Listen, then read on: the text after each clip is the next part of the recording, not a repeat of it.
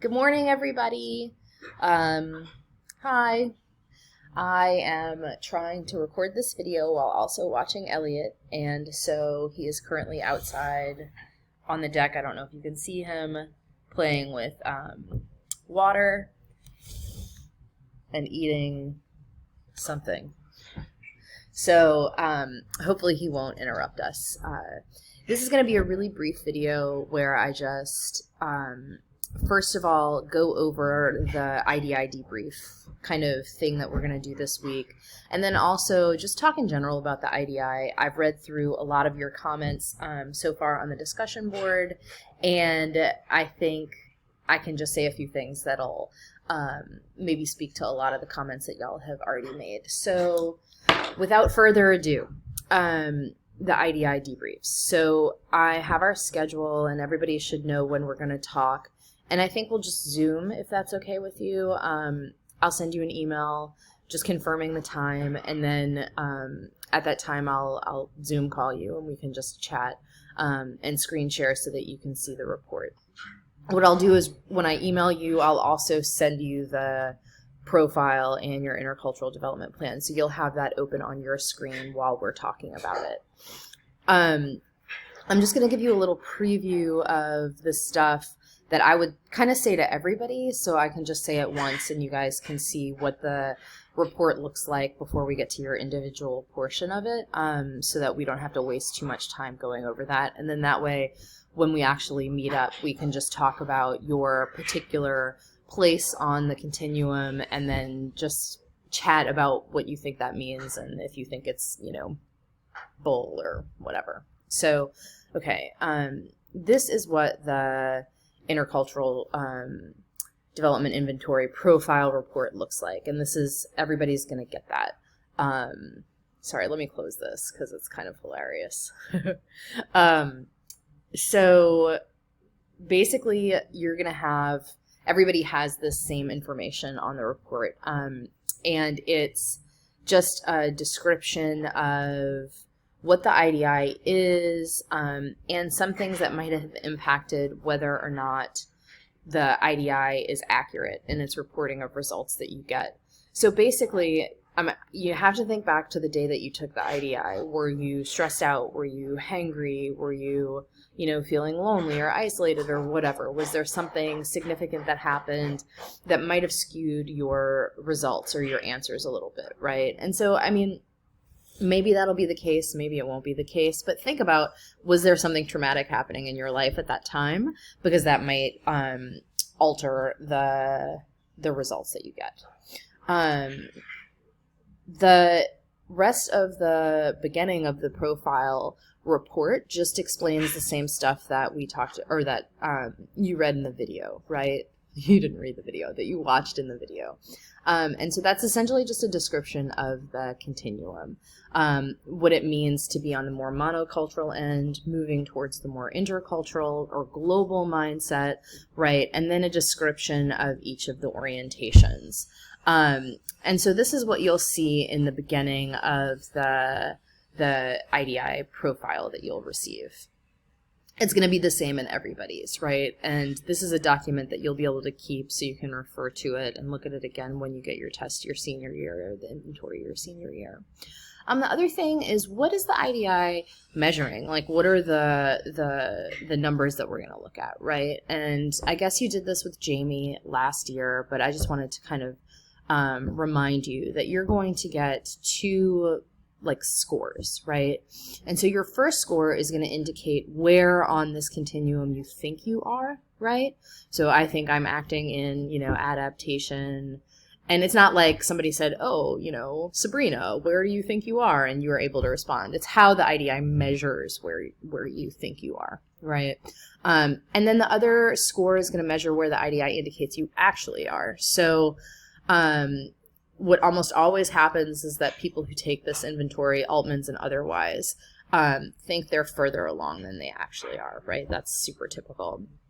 And so the thing that is significant is if your perceived orientation, that is where you think you are along the continuum, is much different from your developmental orientation, which is where the IDI actually indicates that you are. That's called the orientation gap, right? And so if that orientation gap is very, very large, then it can indicate like blind spots where you might think you're behaving in adaptation or acceptance when actually you're in denial or polarization, right? And so, yeah, then the last thing that the inventory measures are your leading orientations, which are those orientations that are in front of you, or you're working towards. So that is just a description of what the IDI covers. And so rather than repeat that for everybody in our individual meetings beginning tomorrow, just kind of know that that's what the IDI is going to go over. And then we can just jump right into looking at your scores. So that's the first thing. The second thing is our discussion board, which I guess Caitlin pointed out that somewhere it said that it was due Sunday and not Tuesday, so I'm sorry about that. But it's good because everybody's gone ahead and written some answers that I can read through. The way I like to do discussion on Blackboard is for us to have access to these questions 48 hours before class starts. You're always going to be required to post something before class starts, right? So the idea is that's kind of like quote unquote homework. And then over the course of our hour and 15-minute class, that's when you can be active and really responding to other people's comments. The good thing about doing it 48 hours before class starts is that you really do have 2 full days to have a conversation.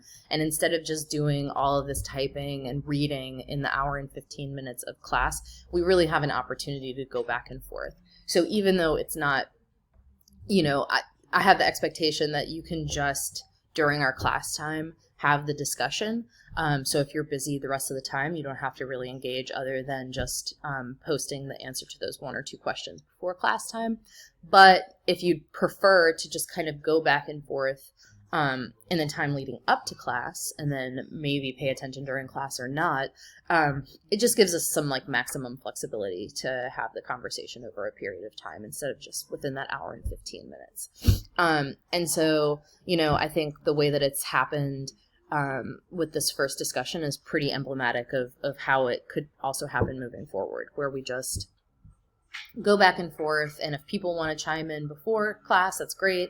If people don't want to participate in the discussion until after or during class, that's fine too. And then the discussion will stay up the whole time. So you can always go back and read it. I'm sorry, they're doing construction outside of my house. What is happening? Don't they know there's a pandemic? Anyways, okay, so, and I have to keep my door open because my kid's outside.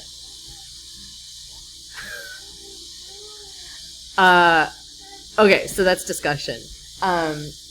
And then he's making his way in. It's loud out there, huh? You want to come say hi? Hi. Say hi. Okay, I'll make this brief. So the other thing is just reading through your comments. Something that the reason I asked you for your kind of opinion about the IDI and its usefulness is because I have mixed feelings about it myself, as many of you have gathered through class and just our conversations. The reason that I think it's useful is because I think it's a useful way to kind of examine our own behavior, right? And so no matter where I am on the inventory, I can think of times that I act in denial, or I act in polarization, or I act in acceptance, right? Like in evaluating my behavior afterwards. And that doesn't make sense necessarily because, like Sabrina said, in her very first comment, I can think about times in Thailand where I was acting in polarization defense and polarization reversal. I'm sure many of you can think of times that even in the same situation, you were maybe feeling in denial and acting in minimization, or you were acting in minimization and acceptance because you're not just one static person making one decision in a situation, right? You're making many decisions in a situation.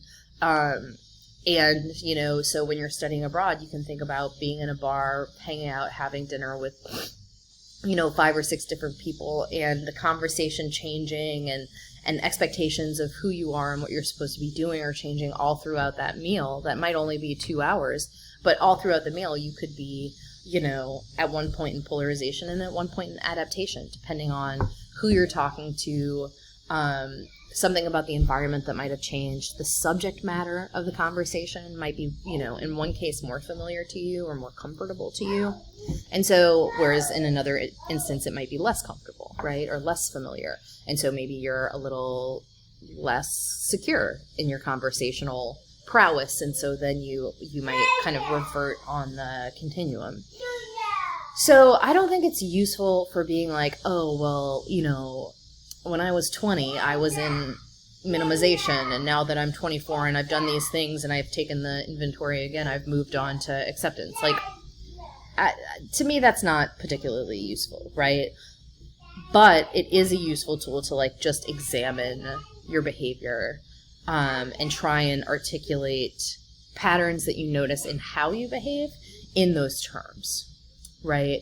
So that, you know, yeah, it would be nice if you could say, like, actually, for the most part, when I'm comfortable, I push and act in this inventory or this orientation, and then I've noticed these signs that when I'm stressed out or I'm hungry, I act a little further down on the continuum.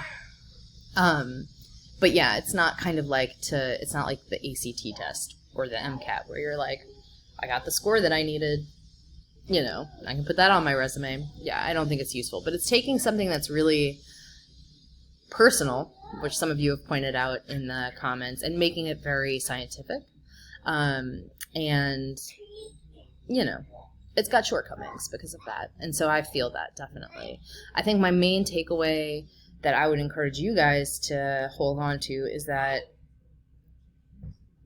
notion of fixity, which to me is not useful. Like, it's not useful to walk through the world thinking, well, I'm a person who acts in minimization. That's not useful. What's useful is to kind of develop the habit of considering your interactions with others and your interactions with difference through that lens. Like, am I acting in defense right now when I'm saying, you know, I really miss a toilet that I can sit on instead of a hole in the ground? Is that defense, or is that just kind of like a physical desire that you might have, right? And so it just gives us that tool. So I'm sorry this was a little disjointed. I think this is probably the only video that I'll send you guys, because I'll share a blooper reel that I made for my other class. It's really hard because I am home with Elliot. And so I think for citizenship, if you're okay with it, I'm going to post some questions that are related to this global pandemic that's going on, because it's connected a lot to these concepts of citizenship that we've been talking about. So I think it's useful to incorporate that into our conversations. But I'm always going to post 2 questions, and I'll always make them so that if you don't want to talk about coronavirus, you don't have to, because you might be like PTSDing or whatever, because this is crazy. I'm also making an effort to wear pants with buttons so that I don't just eat all the food in my house. Leggings are misleading. So, all right, from the land of unlimited screen time and complete craziness, I miss you guys and hope everybody is doing well. And I know this sucks. Hang in there. Bye.